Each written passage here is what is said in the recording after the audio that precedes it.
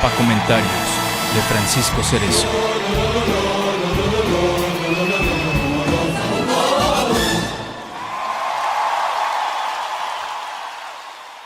La aprobación de la tipificación del delito de la ejecución extrajudicial en el estado de Oaxaca. Al recibir esta invitación empezamos a hacer memoria sobre la masacre de Nochistlán y recordamos que el domingo 19 de junio de 2016 la comunidad de Asunción Nochistlán respondió solidariamente para con los maestros de la Coordinadora Nacional de Trabajadores de la Educación que habían sido desalojados a las 7 de la mañana por 400 policías federales, 400 policías estatales y 50 elementos de la Agencia Estatal de Investigaciones. Después del desalojo tocaron las campanas de la comunidad y cientos de personas fueron a apoyar al magisterio. La orden fue reprimir a sangre y fuego.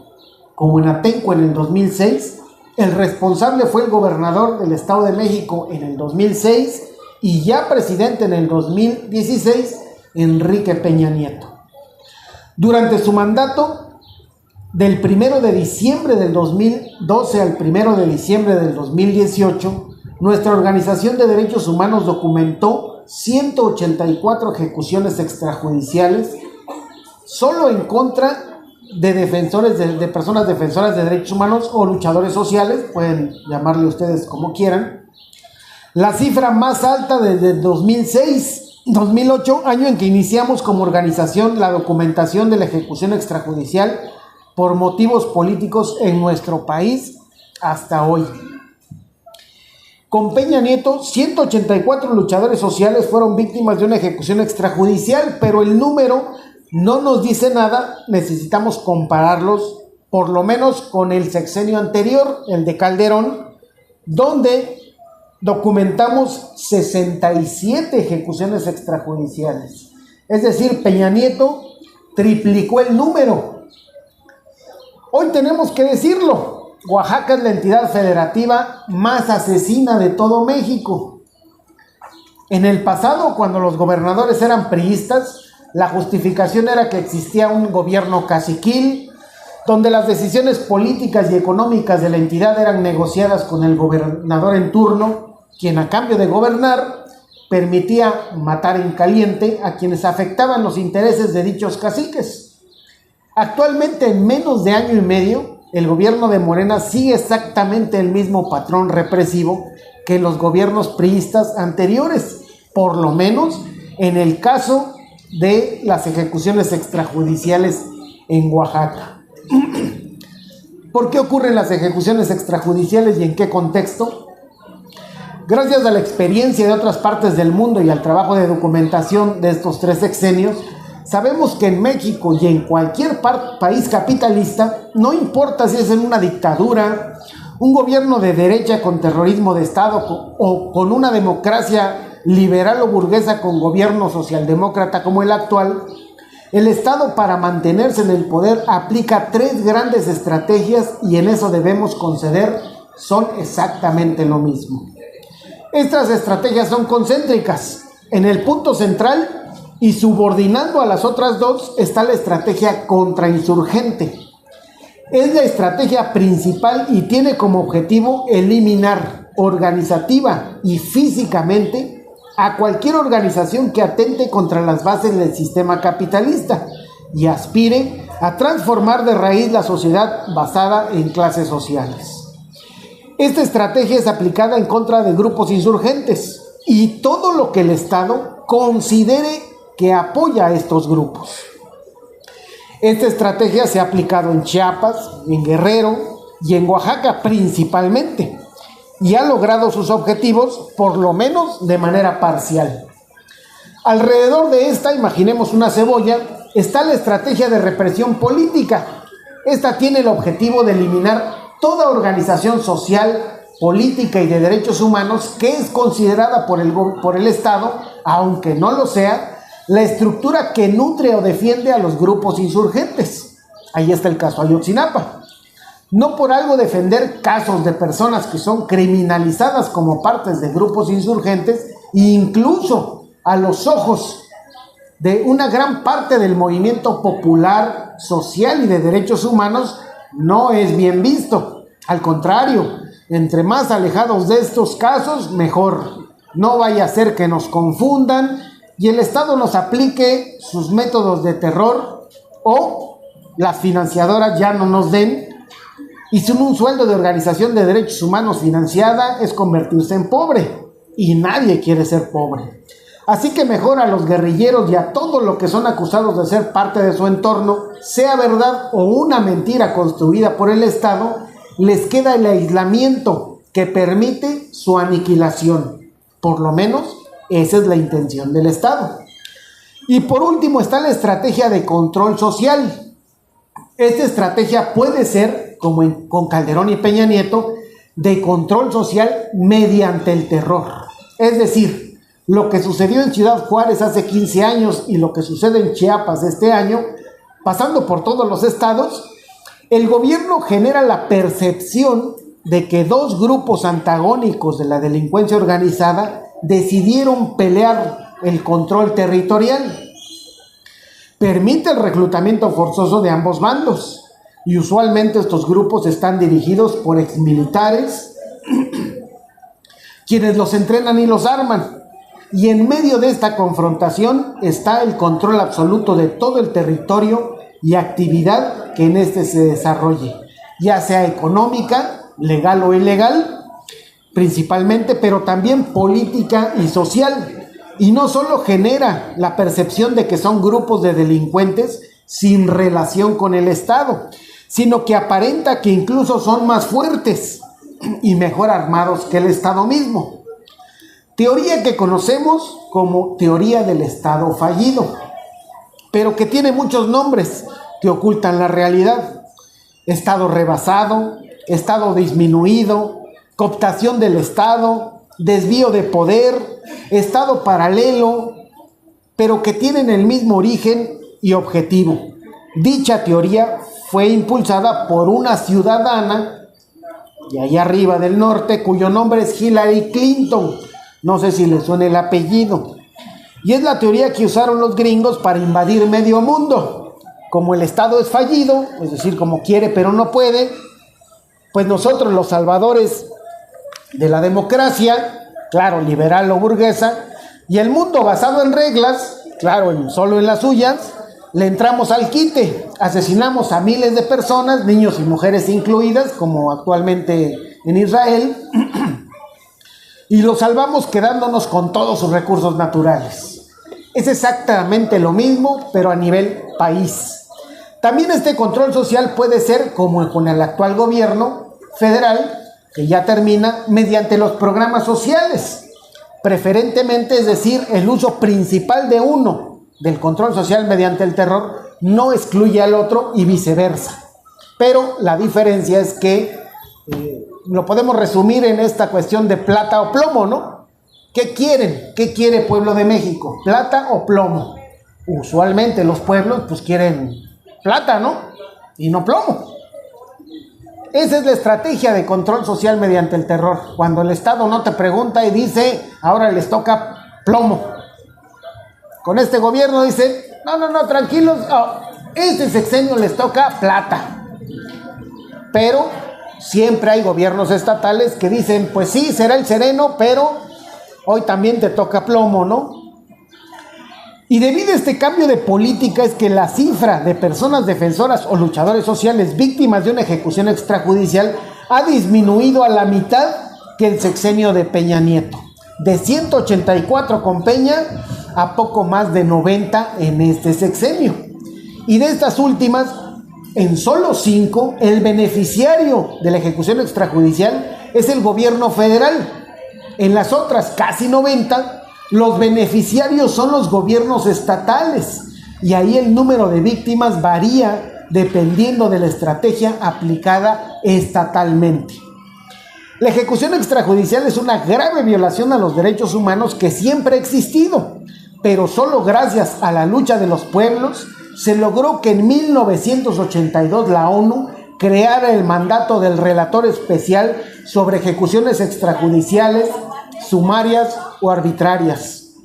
Pero no está tipificada como delito en casi ninguna parte del mundo En Guatemala, ya lo había dicho el compañero, se tipificó en 1995, hace ya casi 30 años, y además no está pegada completamente a la legislación internacional de derechos humanos, ya que también incluye a particulares sin relación con el Estado la comisión de esta violación a los derechos humanos, cuando todos sabemos, o después de oírlo ya lo sabemos, solo los agentes de Estado cometen violaciones a derechos humanos, o particulares con la aquiescencia, como lo son los grupos paramilitares.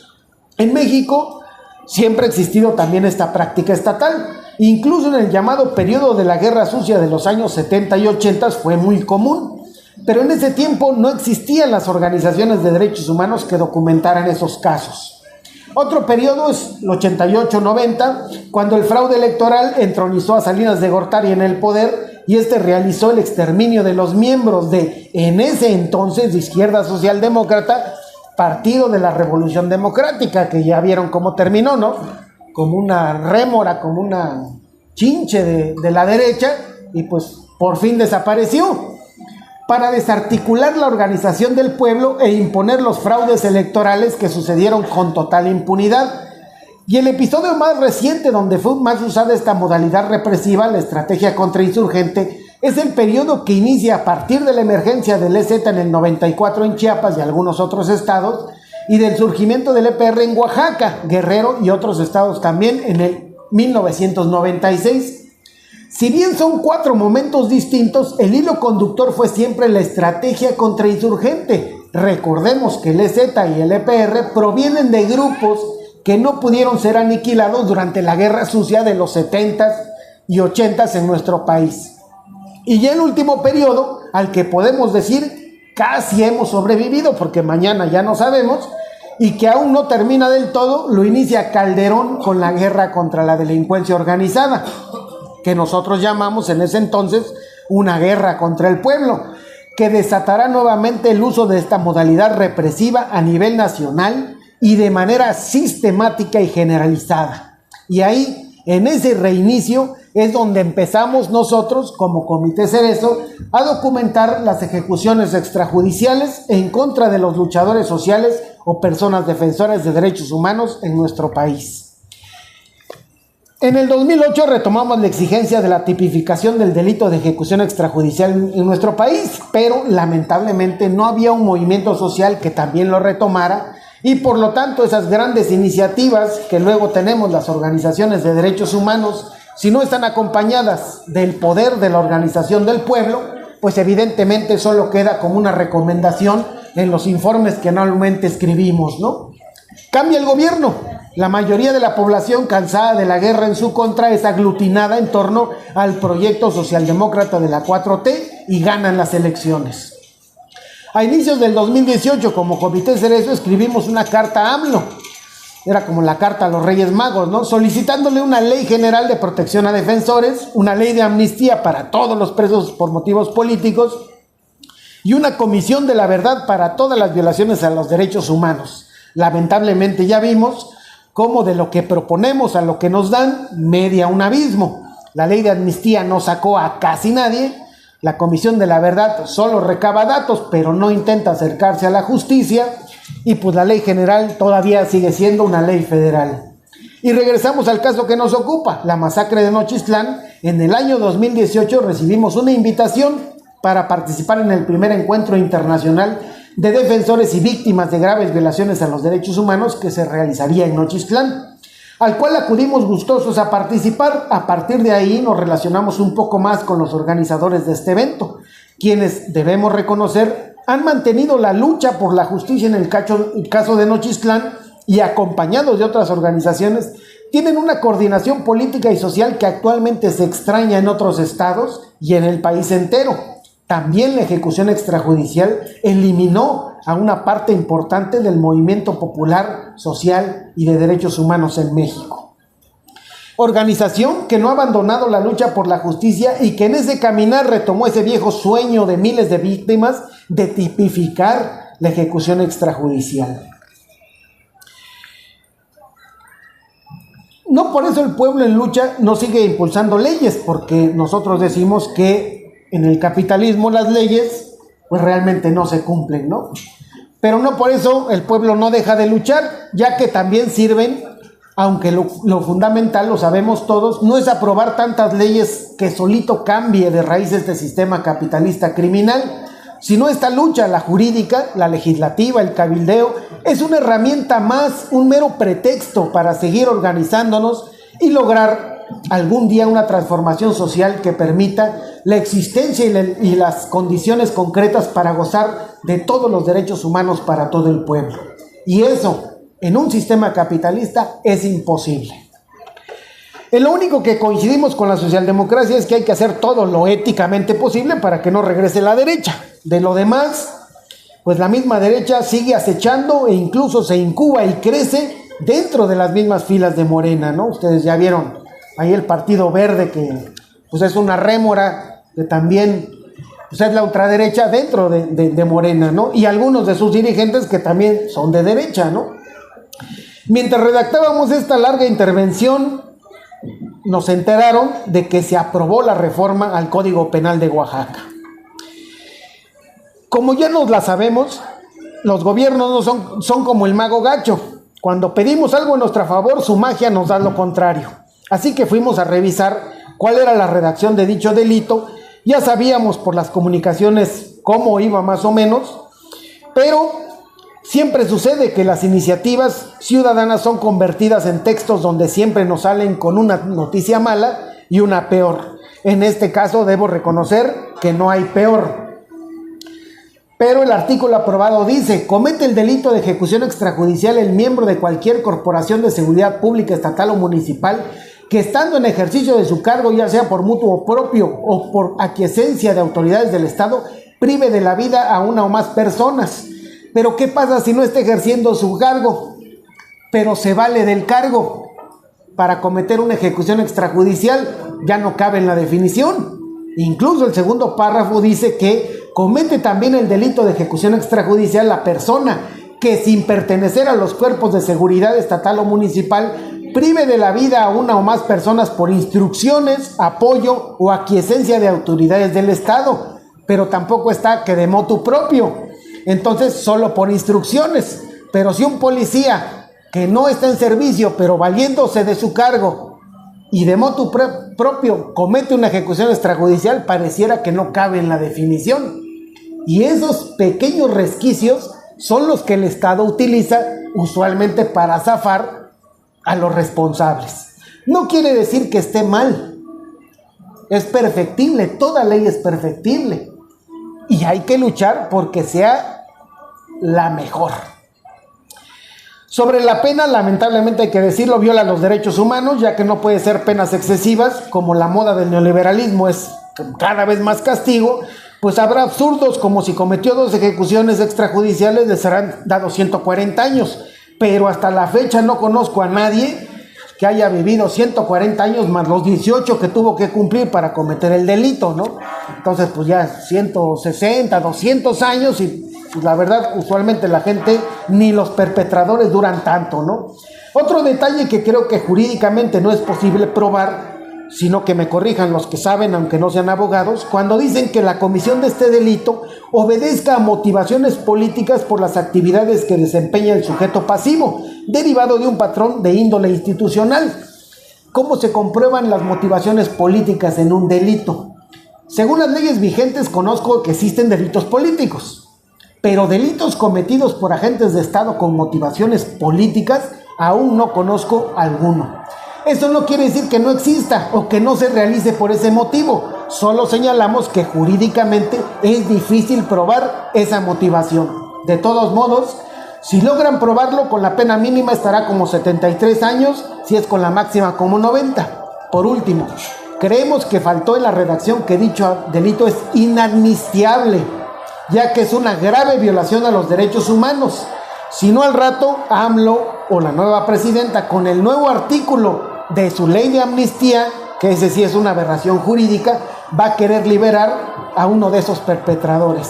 Para terminar, reiteramos la felicitación al pueblo organizado que ha logrado una importante victoria jurídica pero como decíamos al inicio, fundamentalmente política. La aprobación de la tipificación de la ejecución extrajudicial en el estado de Oaxaca, aprobación que genera un precedente a nivel nacional e internacional sobre la tipificación de esta grave violación a los derechos humanos en el mundo. Muchas gracias.